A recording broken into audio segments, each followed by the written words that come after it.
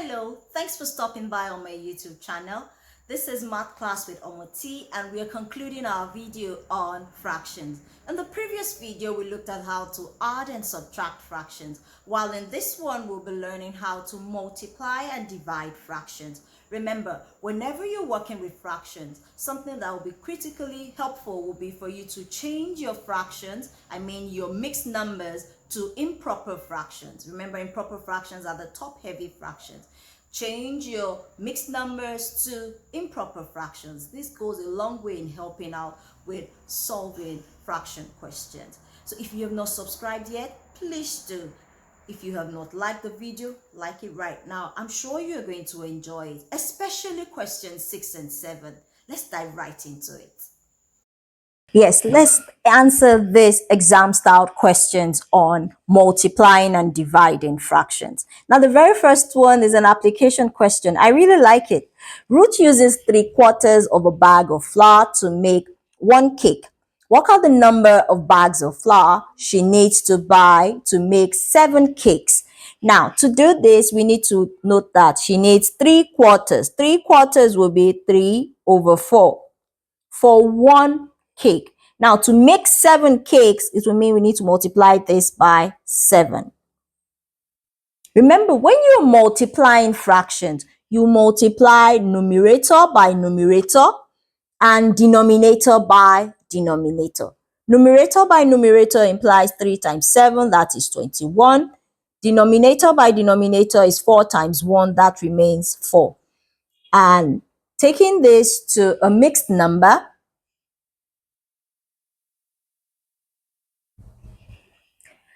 as a mixed number, this will be how many 4s can we have in 21? It's going to be 5 whole number 1/4. So it's going to be 5 whole number 1/4. But actually, we're talking about reality here.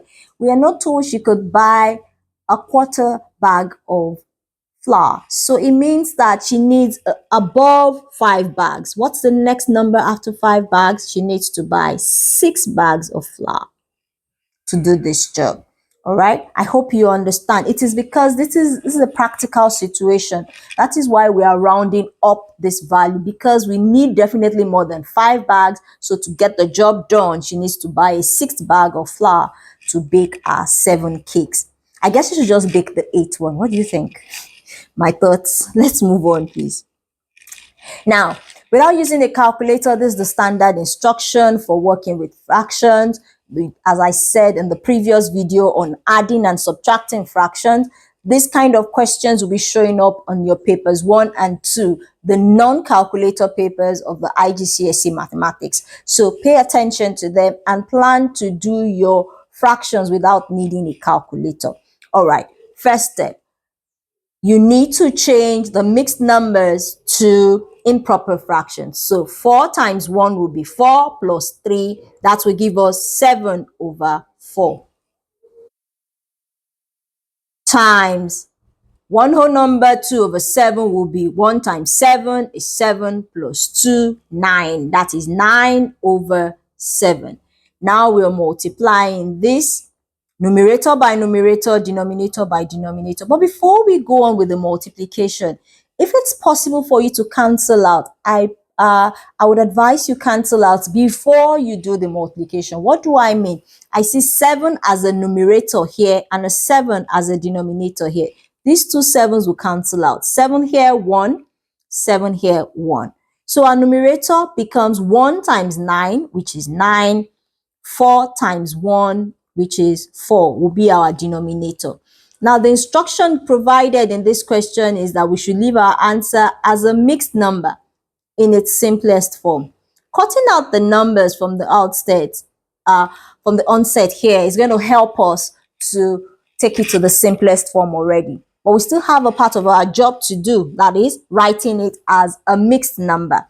As a mixed number will mean we need to find how many whole numbers we could have here.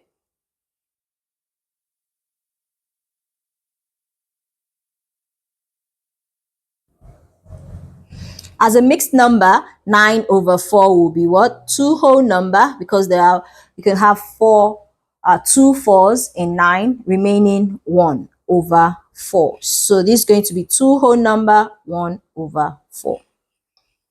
Moving on to the next one. Work out 2 over 9 divided by 5 over 6.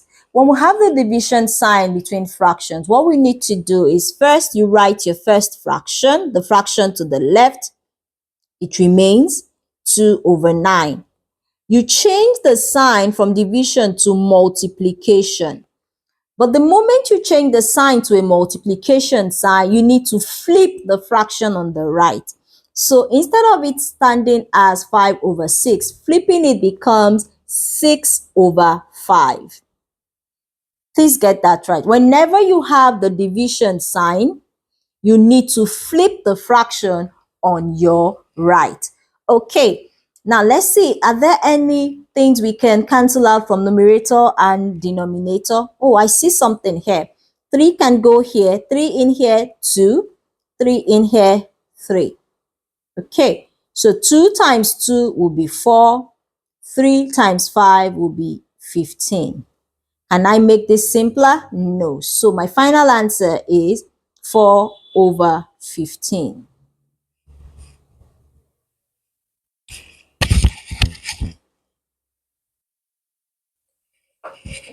Okay, for this question, remember the fraction, it's a division question too. The fraction on the left remains, it's still 2 over 3.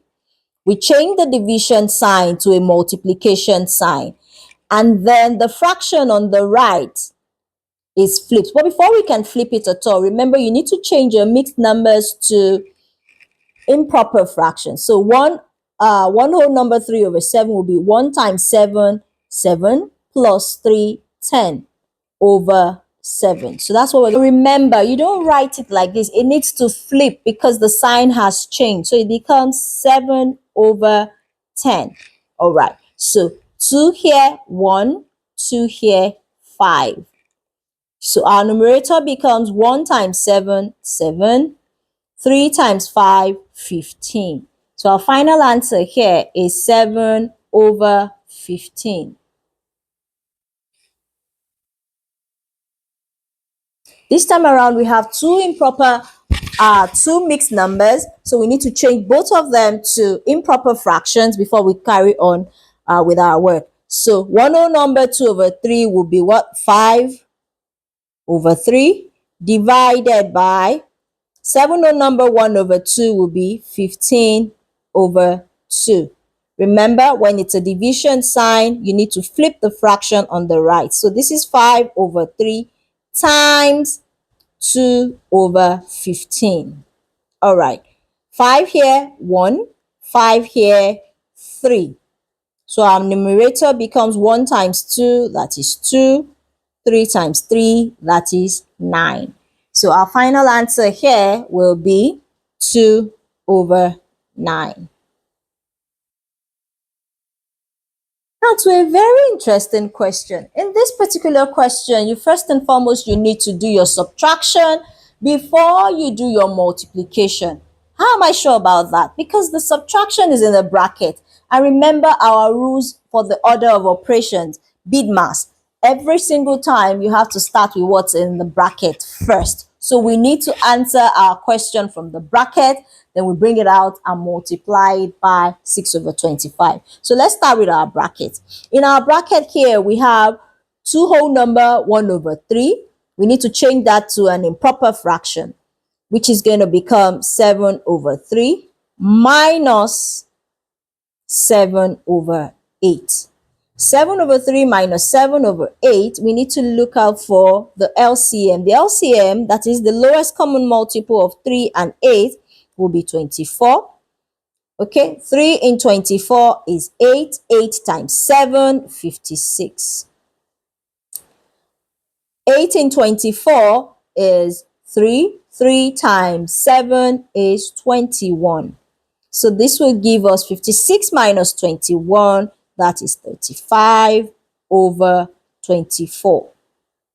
All right, we don't need to change this to a mixed number yet because we need to still multiply it by this value here, the 6 over 25. So our complete question will be times 6 over 25. All right. So you could easily multiply this out, but I don't think you want to go through that stress. Take it down to the lowest term before you multiply. 6 here, 1. 6 here, 4. I think 5 can go here. 5 here, 5. 5 here, 7. So our numerator becomes 7 times 1, which is 7, divided by 4 times 5, which is 20. Okay, so our final answer here is 7 over 20.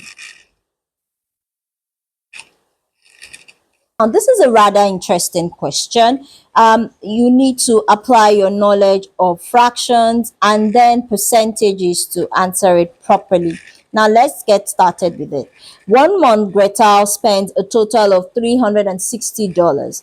She spent 1/5 of this total presents for our parents. She spent 2/3 of the remaining money on presents for our friends. 2/3 of the remaining. Please bear that in mind. This is critically important. And now she's going to spend the rest of the money on presents for our sisters.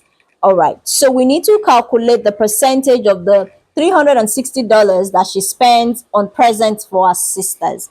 To get started with this question, we need to break it down. She has spent 1/5 on her parents. So for parents, we have 1/5 here. She spent 2/3 of the remaining. If she has spent 1/5, what will be remaining? 1 minus 1/5, which is the same thing as 5 over 5 minus 1 over 5, which gives us 4 over 5. So that's the remaining money.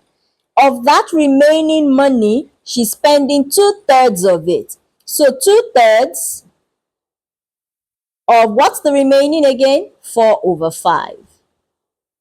2/3 of 4 over 5 is going to be what? 8 over 15. All right. Now we need to know how much of the money she actually spent on her sisters, or what fraction of the money she spent on presents for her sisters, before we can find its percentage. All right. So she started off with a whole amount of money. Then she started removing some amounts. The first amount she removed was 1/5 for her parents. The next amount she removed was 8 over 15 for our friends. I hope you understand how we got our 8 over 15 from here. Okay, so this is the calculation we need. 1 minus, let's do what we have in our bracket. The denominator is going to be 15. 5 in 15, 3. 3 times 1, 3. 15 in 15, 1. 1 times 8 is going to be 8. So what we have here is 1 minus 11 over 15. And this is going to give us what? 15 over 15 minus 11 over 15, which is the same thing as 15 minus 11, 4 over 15. So we know that the fraction she has spent is 4 over 15. But did they ask us for fraction of what she has spent? No. The question is asking us for the percentage she has spent. So we need to change this our fraction to a percentage. That will mean 4 over 15 times 100 over 1. All right. So let's see. Can we take this to a lower term, or do we just multiply? I think we can take this to a lower term. 5 in here is 3. 5 here is 20. So I have 4 times 20, 80 over 3. How many 3's do we have in 80? That's going to be 3 in 8. That is 2 remainder. 2 remainder 2. So that is 2 remainder 2. 3 in 20, that is 6. Remaining 2 over 3. So the percentage she spent on her sister will be 26 whole number 2 over 3. And that is it. Thank you so much for sticking till the end. I hope you have learned a thing or two about how to multiply and divide fractions. Remember, the very first right step to take is if you have mixed numbers, you change them to improper fractions. If you are dividing, you need to change the sign to multiplication and flip the fraction on the right. Thank you so much. See you in the next video. Bye.